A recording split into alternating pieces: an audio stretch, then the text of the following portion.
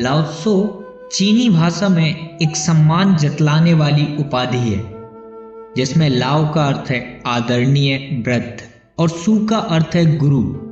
लाओ त्सो प्राचीन चीन के एक प्रसिद्ध फिलोसोफर थे जो ताओ ते चिंग नाम के उपदेश के लेखक हैं।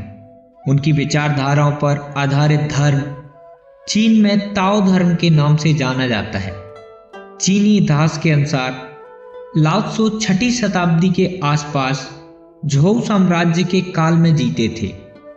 इतिहासकारों में उनके जीवन को लेके काफी विवाद है, क्योंकि कुछ कहते हैं कि वे एक काल्पनिक व्यक्ति हैं, वहीं कुछ का कहना है ये एक बहुत से महान व्यक्तियों का एक समूह था जिसको एक व्यक्तित्व में दर्शाया गया है। ठीक वैसा ही जैसे हमारे देश भारत में महाभारत को लिखने वाले महर्षि वेदव्यास जी को कहा जाता है। ये एक समूह था जिसमें बहुत से ऋषि मिलकर वेदों सहित महाभारत जैसे बड़े महाकाव्यों की रचना की। और ये लॉजिक ठीक ही लगता है, क्योंकि इस तरह की रचना केवल एक इंसान के लिए करना नामुमकिन सा लगता है। आज हम लाओ त्से की फिलॉसफी को समझने की कोशिश करेंगे जो उनकी किताब ताओ ते चिंग में लिखी गई है। लाओ त्सो कहते हैं कि जो अच्छे हैं उनके साथ अच्छा व्यवहार करो, साथ साथ जो अच्छे नहीं भी हैं उनके साथ भी अच्छा ही व्यवहार करो।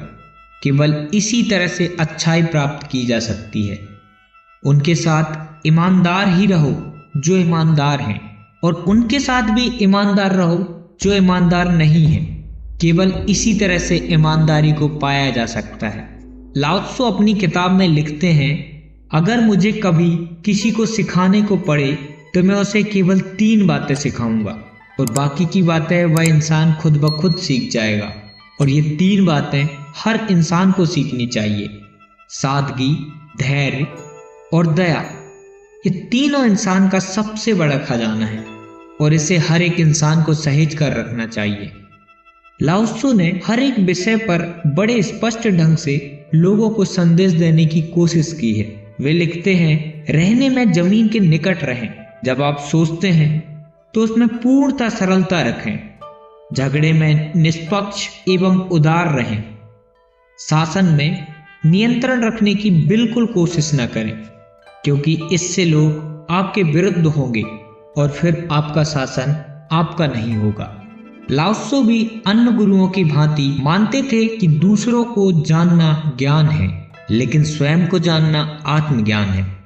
दूसरों पर काबू करना ताकत है, लेकिन खुद पर काबू करना असली ताकत है। जो तुम्हारे पास है उससे संतुष्ट रहना सीखिए। चीजें जैसी हैं उसमें आनंदित रहो। जब तुम इस बात को जान लेते हो तो किसी भी चीज की कमी नहीं रहती, तब पूरी दुनिया तुम्हारी हो जाती है। यह विचार लाओ त्सो का भारतीय फिलॉसफी से मिलता जुलता है।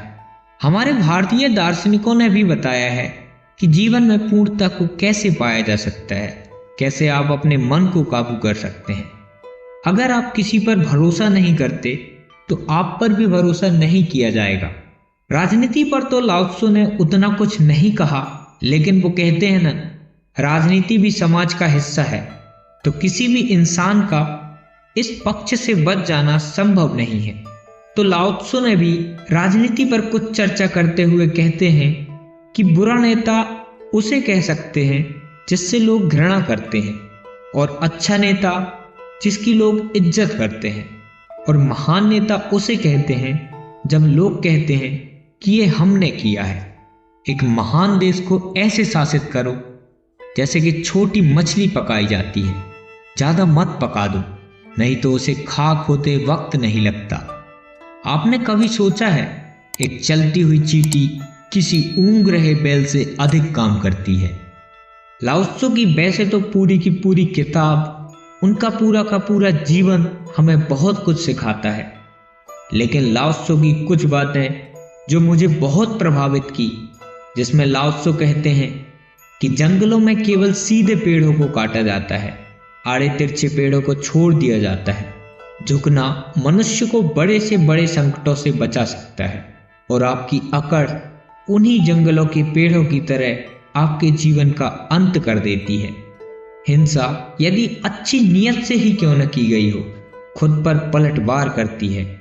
आपका जहन, आपका दिमाग फिर वह नहीं रहता जो आप पहले थे। ये समझ जाना कि आप नहीं समझ रहे, ये गुण है।